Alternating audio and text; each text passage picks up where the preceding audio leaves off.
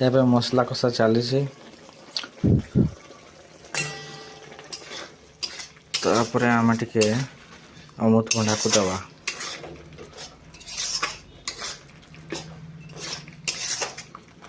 ये है गोड़मुंड, ये है ठाकलजा एवं मांस।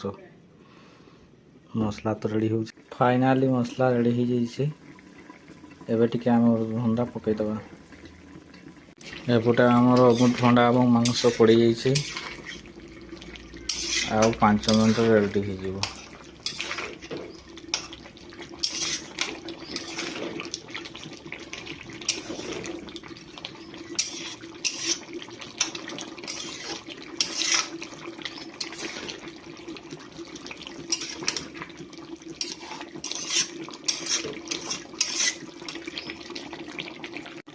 आउ 5 मिनट रेडी हो।